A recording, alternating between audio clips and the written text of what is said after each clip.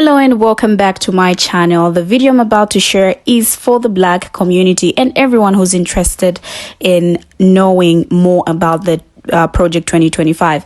Let's all gather here as we listen to what this man is saying in this video. Now, we're still on the issue of the Project 2025, and a commenter has concerns about Black people going back into slavery. Now, in this video, this man tells us that Democrats and Republicans are two faces of the same devil. He talks about how both are capitalist and how they put money, property, and possession over human life. Let's take a look at his video. Fear.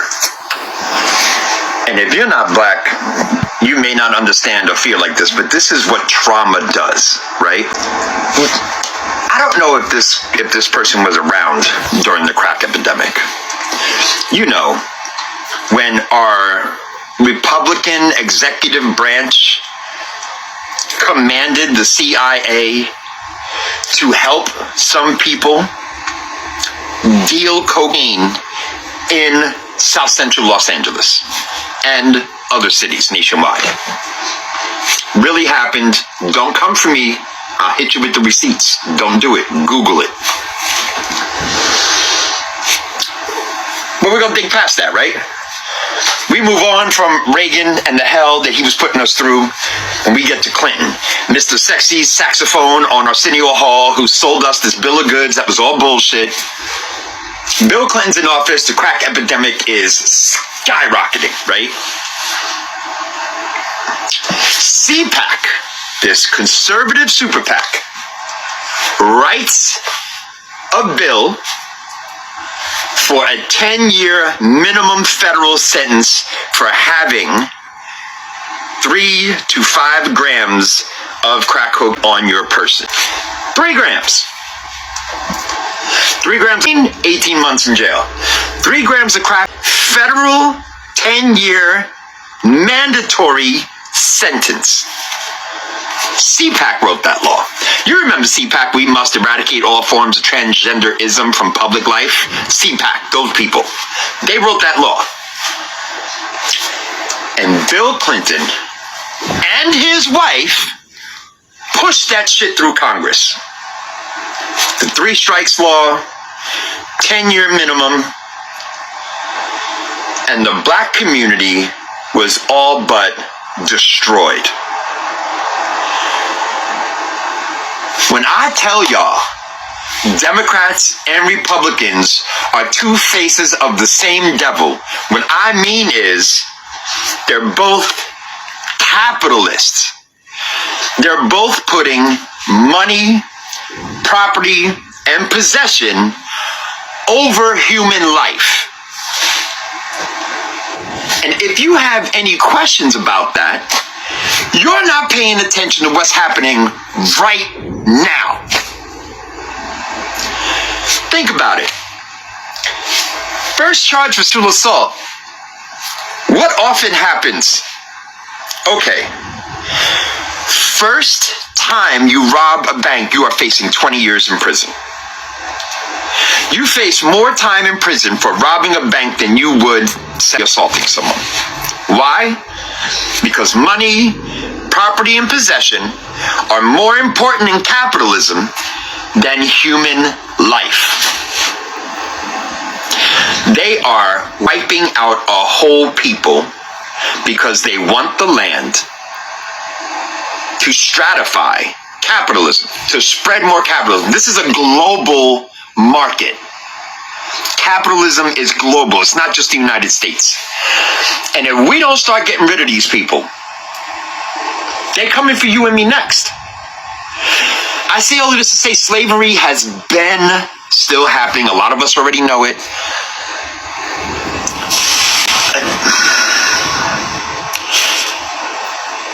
It's not as simple as simply voting for someone and thinking that's just not going to happen. We voted Democrat, and we had the biggest spike in incarceration in the 90s due to our Democratic president and his wife pushing the 3 strikes law and mandatory minimums through Congress. It's unforgivable. As he was talking, I heard him talk about getting rid of these people because we are going to be the next targets. Because in capitalism, money, property, and possession are more important more than human life. Now, this is a global market and they are wiping out people to stratify capitalism. But is this what others think as well? Well, come with me as we check out these teachers, and when I get back, we get to talk more about this issue. For now, let's check out those teachers. Please watch their entire video and actively listen, especially if you're concerned about Project 2025, especially if you are concerned for Black people and trans people, as you should be, because they do a very good job laying out how the right wing and the left wing both serve the same agenda, and that agenda is capitalism, which in the United States was founded upon racism and oppression. So many people are saying, but the Republican Party actively takes away rights and actively harms people, and at least the Democratic Party tries to stop it. No, they don't. They are playing good cop and bad cop.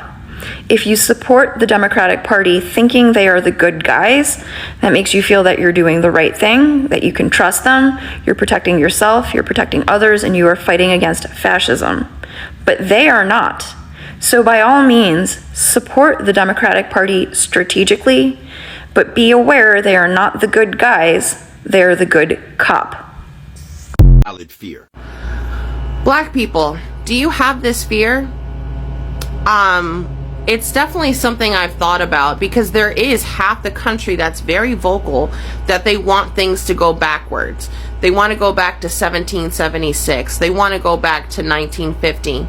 And I've had the thoughts myself of, like, what if they started taking away rights? Like, we've already lost Roe v. Wade. We've lost affirmative action. You know, could it just keep going? And I don't know about y'all, but I think I'm going to make a horrible slave. Like, I don't picture myself resigning to it. Like, they're just going to have to schmurder me. They're just going to have to schmurder me, because I just can't picture myself just going along with it. Maybe that sounds naive, but for me, how I think about how our ancestors lived through it, because in the beginning, there were many revolts, like the famous Amistad story. But what ended up happening is generation after generation that's born and raised on a plantation, and then being introduced to the Bible, that this is God's way, this is the Christian way. There's even scripture, obey your earthly masters, or obey and fear your masters as you do God. You know, I can understand that there was a certain amount of conditioning that our ancestors might have had, that even if they were miserable in the situation, that's what they were born into, that's what their family was, and couldn't imagine anything different. I can't see Black Americans today being so readily compliant with those efforts to try and take our rights backwards. That's how I feel. So, but I'd love to hear from you if you have that fear. If we did go backwards and continue to lose more rights back into Jim Crow or back into slavery, how would you handle it? Or do you even think it's even a possibility? Or just based on where we are, what happened before could never happen again? This is a valid fear. Hey, I like your video, but I just want to say, as a Black woman, that's not a valid fear. Your fear should be what happened if they try. Because I can only speak for me. I will burn this place to the ground before I let my kids go into slavery. Your fear should be if they try and we want revenge instead of reparations. Because if y'all think that BLM caused a ruckus, try that. Please test the waters of the extent that Black people will go through to protect their children. Because me personally, I will burn this place to the ground before I let them take my kids. So I don't think it's a fear that Black people will be put back in slaves, because it's not going to happen. Your fear should be when we stop being nice and try treating everyone the way that they treated us. That's the real fear, honey. Be happy we don't want revenge, but we will if you try. This is a valid fear. Please listen to his stitch. I'm a Generation X.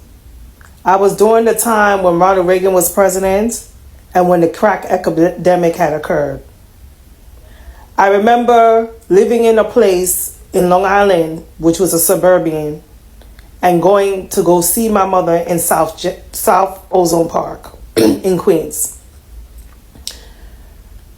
That was a place where they had people who were working blue-collar jobs, everything, trade work, professionals, and the neighborhood ended up becoming an epidemic of crack. Were houses that was well manicured, had fences, well kept. Next minute, it ended up being boarded houses. That was during the Reagan and Bush Sr. administration. Clinton was even worse because his wife, Hillary Clinton, came up with this type of reform. If you're 16 years old and if you're found with ounces, because a lot of times the drug dealers used to give the jobs to juveniles and say that they will get a pass if they was found with drugs. So if you were 16 years old and at the time of the Clinton administration, you ain't going to Spofford or going to some juvenile hall. You either going to go upstate Attica or you're going to go to Rikers Island. Okay? You take your pick. And that was considered as prison. All right? And 16-year-olds were being molested in those prisons.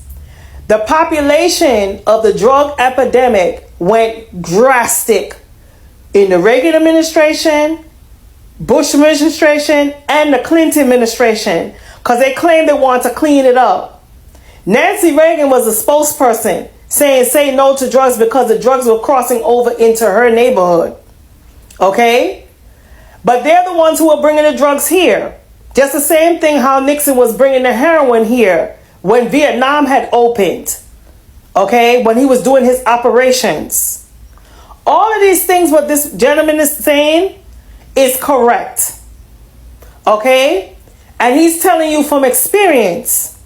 You went to Harlem on 125th, crack was bad. You went to the Bronx, crack was bad. Brooklyn, crack was bad.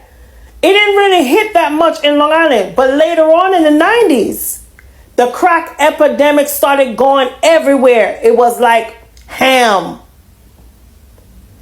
And Bill Clinton and his wife and the same Biden in 1984 said that we have to put these kids in jail. They're no longer kids. They are known as adults. Now imagine if you had a crack, that you're under the influence of drugs and you was an addict and you thought you was going to go to rehab. Oh no. If you was a person that was a minority and you was under the influence of drugs, and let's say you made a mistake and you sold it to someone that was an undercover cop, you're going to jail. Okay? And ask the people that lived in California, because it started, the rate of it started to increase. Then later on, lawsuits started flying out when young kids saying that they were attacked in jail. Okay? That is when all of a sudden they reversed some places in New York, but not in other places. Okay? But it was hitting home to minorities and black people. Yes, ladies and gentlemen. This 2000 law that they're trying to make, and they have him as a spokesperson, who's the new head speaker, they're going to try to regulate. Remember, some of these people invest in jails, penitentiaries. So who you think? I told you, when he said that, because TikTok took away my sound, because when I hear him saying about the conservative of the ship and going back into the 18th century, because after slavery was over, what do you think was the next slavery? Jail, penitentiaries. They were investing in that. After the farmers after they received their compensation after the Civil War, a lot of them was investing in mining fields, chain gangs, and penitentiaries. And who you think they were targeting all the time? Black males and minority men and women, but mostly men. They were segregating the men of the community. Then it was worse with welfare, okay? Men couldn't stay in their house because their wives were under the system. Okay? This is what they're talking about. So they rather have women not to have an abortion so that they can be on welfare and then turn around and push them to the system to work. And I know TikTok going to try to take this off and probably mute me, but I'm telling you the truth. The last video I told you guys, when I was listening to the new head speaker, this is an old video that he said that, you know, people think that he was biased when he said he wants to go back into the 18th century. The 18th century is when they controlled us people. Okay, they gave us laws to say that they can still own us as slaves. Y'all need to read the Emancipation Proclamation, how certain restrictions are not known for us. Now, back in those days when those men were doing petty crimes, sometimes the crime didn't even fit them. They still put them in those chain gangs. And the same thing they were doing to those young men when they were in gangs or affiliation or being association. I remember I read this book about this man who spent time in jail but got released in jail. He went to jail because he was associated with his father. His father was a part of the Latin Kings. He had nothing to do with what his father was doing. His mother even relocated so she can have a peace of mind so nobody could have targeted him. But the cops were kept on coming after him. So one day somebody set him up and said that he was selling drugs. And he ended up spending his time. When he thought he was going to Spofford, he ended up going to Attica. Okay? He stated that was the worst night. He had to fight his behind. Fight his manhood. And then later on, he started writing a book. And then afterwards, he started to find out about a case. He found out that the police officer was detaining many men and falsely accusing them and putting them in prison. He so happened to know about the case, and he started researching and become a lawyer in jail. And then he turned around and started to look and research these cases. And he was released from jail from 13 years because they were going to give him a 30 bid. And he only had they claimed he had a small ounce of cocaine. And he was not selling drugs. Okay, ladies and gentlemen, that 2025 project or whatever they're going to do, all I can say is I'm going to plead the blood of Jesus on it to cast it down. We have to be careful of who we're going to vote and who is coming into office. We have to look at the red flags of that House Speaker. And TikTok, this is not community violation because this is a teaching purposes. I'm talking something from experience. And that gentleman from that sketch, you better listen up to him. Listen very closely. Now, we all know what the project is all about, its aims and plans, and we've seen how different people in America are reacting to it. It's not a rumor that Project 2025 is going to affect everyone because we have seen so many people react and just being scared of it. Now, it doesn't matter your race, but what matters is what it's aimed at doing to all the Americans, whether white, black, it's everyone. Now, since the plan's release in April, most public attention has focused on its climate policy and calls to expand the president's power over federal agencies. But 2025 marks a pivotal year for one particular and often neglected agency. Now, one of the things I'm finding so scary in all of this is the reason why it's not clear exactly why conservative groups want the next census to ask for the U.S. citizenship status of every person living in every household in the United States. Now, research by the Bureau has shown that including the question, is this person a citizen of the United States, on forms is likely to discourage Latino or Asian American residents from getting counted in official population totals. Now, talking about capitalism, we are looking at an economic system based on the private ownership of the means of production and their operation for profit. Central characteristics of capitalism include capital accumulation, competitive markets, price system, private property, property rights, recognition, voluntary exchange, and wage labor. Now, capitalist systems are controlled by market forces where capital goods are owned by businesses and private individuals. Now, this in direct contrast to communism. While capitalism helps propel innovation and prosperity in modern society, it can also create inequalities and contribute to market failures. It is a direct opposite of communism, which is a system that is controlled by the government. Now, going back to the video and looking at what this man was saying in the video, I would like to share some comments so that we just see how different people reacted to the video in the comments. Now, this one says, I ain't never going back to slavery. They're gonna have to off me or going to prison. I'm not getting trapped. We are somehow simultaneously moving forward as a people, but moving stagnant as a government. Both sides serving one agenda. The most you can say about Democrats or GOP is good cop or bad cop. They are all the same, taking turns using masses for their own agenda, patiently waiting for people to get actually angry. Now, Clinton also signed the Financial Services Act that repealed Glass-Steagall. That bill allowed the 2008 housing crisis, and millions of people lost everything. The entire system needs to be dismantled. We need to start all over again. The core values of our government are outdated and literally as truth. It was Biden who sponsored both the crime bill, Iraq War resolution, and the 13th Amendment exist. I think I speak for most of us when I say, no, they ain't getting a chance or that opportunity. Now, people need to realize that you can vote your way out of the problems we have in this country. Just like I always say, that people are stuck between two devils, who do they go for? People don't know who to go for. Is it the Democrats or Republicans? So feel free to share your thoughts on what you think about this video. Don't forget to like and subscribe. Thank you for watching, and see you in my next video.